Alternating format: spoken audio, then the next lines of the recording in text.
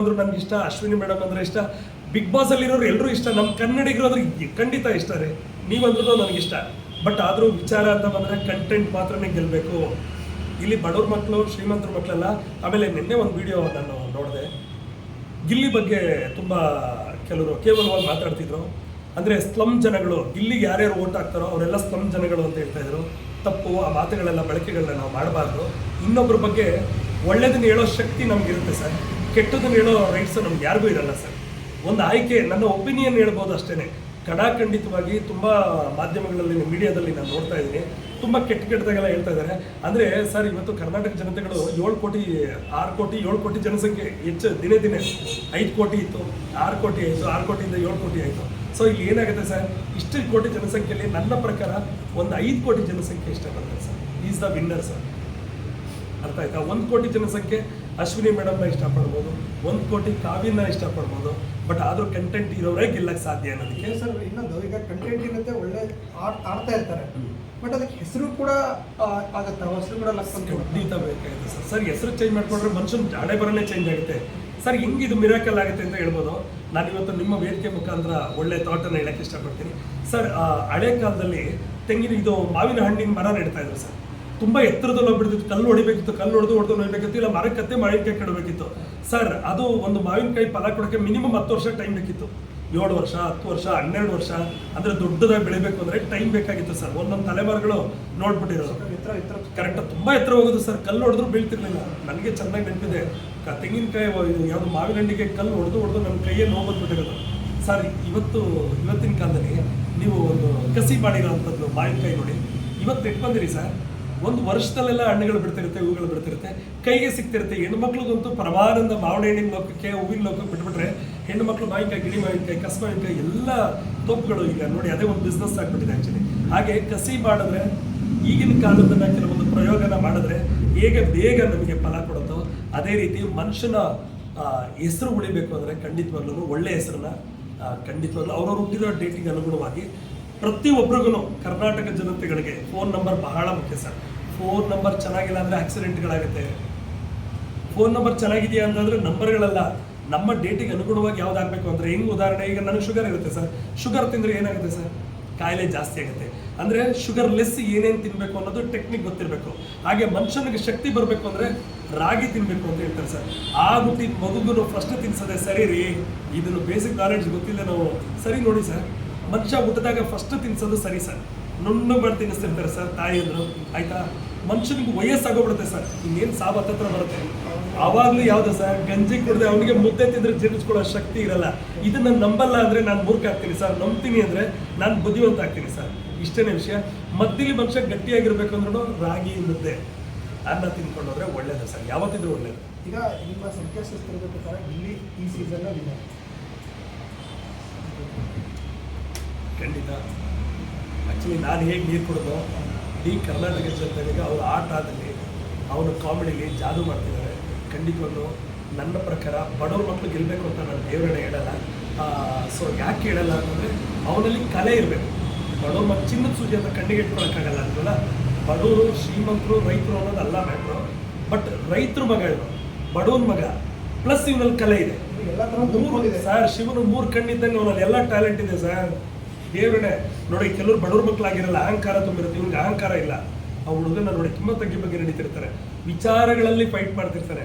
ಇನ್ನು ಬೇರೆ ಎಲ್ಲ, ರಘುವಣ್ಣ ಅಂದರೆ ನನಗೆ ಇಷ್ಟ ಅಂತಿರ್ತಾರೆ, ಅಶ್ವಿನಿ ಮೇಡಮ್ ಅಂದರೆ ತುಂಬ ಇಷ್ಟ ಅಂತಿರ್ತಾರೆ, ಸುದೀಪ್ ಸರ್ ಅಣ್ಣ ಇಳಿ ಅಣ್ಣ ಅಂತಿರ್ತಾರೆ. ಇದಕ್ಕಿಂತ ತಗ್ಗಿ ಬಗ್ಗೆ ನಡೆಯೋ ಗುಣ ಇರಬೇಕು. ಅರ್ಥ ಆಯ್ತಾ? ಅವ್ರಿಗೆ ಯಾರಾದರೂ ಬೈತಿರ್ತಾರೆ ಅಂದರೆ ಅವ್ರು ನಿಜವಾದ ನಮ್ಮ. ಖಂಡಿತವಾಗ್ಲೂ ನನ್ನ ಒಂದು ಪ್ರಕಾರ ಈ ಸಲ ಗೆಲ್ಲುವಂಥ ರಿಯಲ್ ಕಲೆನೂ ಇದೆ. ಒಳ್ಳೆ ರೈತರ ಮಗನೂ ಹೌದು, ಈ ಕಡೆ ಬಡವ್ರ ಮಗನೂ ಹೌದು, ಒಳ್ಳೆ ಟ್ಯಾಲೆಂಟ್ ಇದೆ ಸರ್. ಇನ್ನೊಂದು, ಈಗ ಅವ್ರ ಹತ್ರ ಟ್ಯಾಲೆಂಟ್ ಇದೆ, ಟ್ಯಾಲೆಂಟ್ ತುಂಬಿ ತೊಡಗ್ತಾ ಇದೆ, ಬಟ್ ಹೆಸರಲ್ಲೇನೋ ಚೇಂಜಸ್ ಸ್ವಲ್ಪ ಇದೆ. ಹೌದು, ಅದರಿಂದ ಏನಾದ್ರು ಅವ್ರ ಲೈಫಿಗೆ ಎಫೆಕ್ಟ್ ಆಗುವಂಥದ್ದು ಖಂಡಿತ ಸರ್. ಹೆಸರಲ್ಲಿ ಬಂದ್ಬಿಟ್ಟು ಅವನಿಗೆ ನಾನು ಹೇಳಿದೆ ಜೀಗಧಿಪತಿ 3 ಅಂತ ಈ ವರ್ಷಕ್ಕೆ. ಅದು ಗೊತ್ತಿಲ್ಲದೆ ಹೂವಿನ ಜೊತೆ ನಾರು ಸ್ವರ್ಗ ಸೇರುತ್ತೆ ಅಂತಾರೆ. ನಾರು ಏನೋ ಹಾರ್ಡ್ ವರ್ಕ್ ಮಾಡಿರಲ್ವಂತೆ. ಹೂ ಬಿಡೋರ್ಗೂ ಕಷ್ಟಪಟ್ಟಿರೋದು ಯಾವುದು? ಹೂವೇ ಅಲ್ವಾ? ಚಿಕ್ಕದ್ರಿಂದ ಮಣ್ಣಿಂದ ಬೆಳೆದು ಕಷ್ಟಪಟ್ಟು ಬೆಳೆದಿರುತ್ತೆ. ನಾರು, ಹೂವಿನ ಜೊತೆ ನಾರು ಸ್ವರ್ಗ ಸೇರ್ತು ಅನ್ನಂಗೆ ಇವ್ನಿಗೆ ಏನಾಗುತ್ತೆ, ಗಿಲ್ಲಿ ಅಂತ ಹೆಸರಿಟ್ಟಿರೋದಕ್ಕೂ ಶಾರ್ಟ್ ಫಾರ್ಮಲ್ಲಿ ಕರಿತಾ ಇರೋದು ಅವ್ನಿಗೆ ವರ್ಕ್ ಆಗಿರುತ್ತೆ. ಇನ್ನೂ ನಾನು ಆನೆ ಬಲ ಥರ ಈ ಸಲ 1000% ಎಲ್ಲ ಗೆದ್ದೇ ಗೆಲ್ತಾರೆ ಅನ್ನೋದಕ್ಕೆ ಯಾವ್ದು ಗೊತ್ತಾಗುತ್ತೆ ಅಂದರೆ, ಗಿಲ್ಲಿದು ರಿಯಲ್ ಡೇಟ್ ಆಫ್ ಬರ್ತ್ ಬೇಕು. ರಿಯಲ್ ಡೇಟ್ ಆಫ್ ಬರ್ತ್ ಬೇಕು, ಅಶ್ವಿನಿ ಅವ್ರದ್ದು ಡೇಟ್ ಆಫ್ ಬರ್ತ್ ಬೇಕು. ಇವ್ರದೆಲ್ಲ ಡೇಟ್ ಆಫ್ ಬರ್ತ್ ನೋಡಿದ್ರೆ ಪಕ್ಕ ಗೊತ್ತಾಗ್ಬಿಡುತ್ತೆ ಸರ್. ಯಾರು ಏನೇ ಉಲ್ಟಾ ಪಲ್ಟಾ ಮಾಡಿದ್ರು ಇವರೇ ಗೆಲ್ತಾರೆ ಅಂತ ಇನ್ನೂ ಹೇಳ್ಬೋದು. ನನಗೆ ರಿಯಲ್ ಗಿಲ್ಲಿ ಡೇಟ್ ಗೊತ್ತಿಲ್ಲ, ನೇಮ್ ಮಾತ್ರ ಗೊತ್ತು. ಇದ್ರ ಬಲದ ಮೇಲೆ 1000% ಅವರೇ ಗೆಲ್ತಾರೆ. ಯಾಕೆಂದ್ರೆ ಅಶ್ವಿನಿ ಅನ್ನೋದು ಅನ್ನೋದು ಅಷ್ಟು ಸಪೋರ್ಟ್ ಮಾಡಲ್ಲ ಸರ್. ಈ ಸಲ ಒಂದಕ್ಕೊಂದೇ ಸಪೋರ್ಟ್ ಮಾಡೋದು ಕಷ್ಟ ಇದೆ. ಈ ಸಲ ಕಮ್ಮಿ ಒಂದಿಗೆ ಅಧಿಪತಿ ಸರ್. ಈ ವರ್ಷ ಟೋಟಲ್ ಮಾಡಿದ್ರೆ 1 ಬರುತ್ತಲ್ಲ, 1ಕ್ಕೆ ಈ 3 ಮೇಲೆ ಲವ್ ಜಾಸ್ತಿ, ಹೆವಿ ಲವ್. ಈಗ ಹಿಂಗೆ ಸರ್ ಬ್ಲೂಟೂತ್ ಕನೆಕ್ಟ್ ಆಗುತ್ತೆ ಗೊತ್ತಾ, ಸ್ಪೀಕರ್ಗೂ ಇಲ್ಲಿಂದ ಮೊಬೈಲ್ ಎಲ್ಲ ಮಾಡಿದ್ರೆ ಹೆಂಗೆ ಕನೆಕ್ಟ್ ಆಗುತ್ತೋ ಆ ರೀತಿ ಕನೆಕ್ಟ್ ಆಗುತ್ತೆ. ಇದಾದ್ಮೇಲೆ ಒಂದೊಂದಕ್ಕೆ ಸಪೋರ್ಟ್ ಮಾಡುತ್ತೆ, ಅರ್ಥ ಆಯ್ತಾ? ಆಮೇಲೆ ಇನ್ನೊಂದು ಅಶ್ವಿನಿ ಮೇಡಮ್ ತಗೊಂಡ್ರು ಎ ಲೆಟರ್ಗೆ 1 ಬರುತ್ತೆ, ಅವ್ರಿಗೂ ಸ್ವಲ್ಪ ಕಮ್ಮಿ. ಬಟ್ ಫೈನಲ್ ಬರ್ತಾರೆ, ಟಾಂಗ್ ಕೊಡ್ತಾರೆ. ಅವ್ರೇನು ಕಮ್ಮಿ ಅಲ್ಲ ಅವರು. ಈಗ ಇಲ್ಲಿ ನನ್ನ ಪ್ರಕಾರ ಹುಡುಗ ಆಗಿ ಚಾಲೆಂಜ್ ಮಾಡ್ತಿರೋದು ಒಂದೇ, ಅಶ್ವಿನಿ ಮೇಡಮು ಲೇಡೀಸ್ ಆಗಿ ಚಾಲೆಂಜ್ ಮಾಡ್ತಿರೋದು ಒಂದೇ. ಆ್ಯಕ್ಚುಲಿ ಅವರಿಬ್ಬರು ತುಂಬ ಒಳ್ಳೆ ನಟ ಭಯಂಕರರು. ರಘು ಅವರು ಗೆಲ್ಲೋದು ತುಂಬ ಡೌಟ್. ಯಾಕೆಂದರೆ ರಘು ಅನ್ನೋದಕ್ಕೆ ಟೋಟಲ್ ಮಾಡಿದ್ರೆ ಚಂದ್ರನ ಸಂಖ್ಯೆ 4 ಬರುತ್ತೆ, ರಾಹು ಸಂಖ್ಯೆ ಅಂತ ಹೇಳ್ತೀವಿ. ಈ ವರ್ಷ ಅವ್ರಿಗೆಲ್ಲದು ಸ್ವಲ್ಪ 1000% ಕಷ್ಟ ಇದೆ. ಈ ಶಕ್ತಿವಂತ, ತುಂಬ ಶಕ್ತಿವಂತ, ಗುಣವಂತ ರಘು ಸರ್, ಶಕ್ತಿವಂತ ಗುಣವಂತ. ಬಟ್ ಈ ಸಲ ಗೆಲ್ಲೋದು 99% ಕಷ್ಟ ಇದೆ. ಬಟ್ ಚಾಲೆಂಜ್ ಮಾಡ್ತಾ ಇದ್ದಾರೆ, ಗೇಮ್ ಆಡ್ತಾ ಇದ್ದಾರೆ, ಎಲ್ಲ ಆಡ್ತಿದ್ದಾರೆ, ಖುಷಿ ಇದೆ. ಆ್ಯಕ್ಚುಲಿ ನಿಮ್ಮ ಚಾನೆಲ್ ಮುಖಾಂತರ ಒಂದು ಒಳ್ಳೆ ಇದನ್ನು ರಿವೀಲ್ ಮಾಡಲಾ? ಸೊ ನಾನು ಹೇಳ್ಕೊಂಡಿರೋದೇನೆಂದರೆ, ಅಲ್ಲಿಂದ ಬಂದಮೇಲೆ ಈ ಯಶ್ ರಾಧಿಕಾ ಅವ್ರದ್ದು ಕಾಂಬಿನೇಷನ್ ಎಷ್ಟು ಮುದ್ದಾಗಿತ್ತು ಅಷ್ಟೇ ಮುದ್ದಾಗಿದೆ. ನಾನು ಮೊನ್ನೆ ಅವ್ರ ತಂದೆ ತಾಯಿಗೆ ಮಾತಾಡೋಣ ಅಂದ್ಕೊಂಡಿದ್ದೆ. ಏನಂತಂದರೆ ಬಿಗ್ ಬಾಸ್ ಹೋದಾಗಿಂದ 3 ತಿಂಗಳಾದರೂ ಒಂದು ವ್ಯಕ್ತಿ ಬಿಡ್ಕೊಡ್ತಾ ಇಲ್ಲ ಅಂತಂದರೆ ಅನ್ನ ಬೆಂದಿದೆಯಲ್ವಾ ಅಂತ ಒಂದೆರಡು ನೋಡಿದ್ರೆ ಹೇಗೆ ಗೊತ್ತಾಗುತ್ತೋ ಒಬ್ಬ ವ್ಯಕ್ತಿ ಗುಣವಂತನ ಇಲ್ವಾ ಅನ್ನೋದಕ್ಕೆ ಗಿಲ್ಲಿ ನೋಡಿ ಹೋದಾಗಿಂದ ಕಾವ್ಯ ಎಲ್ಲೂ ಬಿಡ್ಕೊಡ್ತಾ ಇಲ್ಲ. ಆ್ಯಕ್ಚುಲಿ ನನ್ನ ಒಂದು ರಿಸರ್ಚ್ ಪ್ರಕಾರ ಕಾವ್ಯ ಉಳಿದಿರೋದೇ ಗಿಲ್ಲಿಯಿಂದ. ಬಿಗ್ ಬಾಸಲ್ಲಿ ಕಾವ್ಯ ಒಳ್ಳೆ ಹುಡುಗಿ, ಒಳ್ಳೆ ನಟಿ, ಅರ್ಥ ತುಂಬ ಲಕ್ಷಣವಾಗಿದ್ದಾಳೆ, ಲಕ್ಷ್ಮಿ ಕಳೆ ತುಂಬಿ ತುಳುಕ್ತಿರುತ್ತೆ ಅವ್ರ ಫೇಸಲ್ಲಿ. ಬಟ್ ಆದರೂ ಅಲ್ಲಿ ಉಳಿದಿರೋ ಕಾರಣ ಬೇರೆ ಯಾರೂ ಅಲ್ಲ, ಗಿಲ್ಲಿ. ನನ್ನ ಪ್ರಕಾರ ಒಂದು ಬಿಗ್ ಬಾಸ್ ಅನ್ನೋ ಶೋ ಇಡೀ ವರ್ಲ್ಡಲ್ಲಿ ತುಂಬ 50 ಲಕ್ಷ ಬಹುಮಾನ ಇಟ್ಟಿರ್ತಾರೆ, ಕೋಟ್ಯಾಂತರ ಜನಗಳಿಗೆ ರೀಚ್ ಆಗುತ್ತೆ. ಯಾಕೆ ಅವ್ರು ಹೊರಗಡೆಯಿಂದ ಬಂದಮೇಲೆ ಮದುವೆ ಆಗಬಾರ್ದು?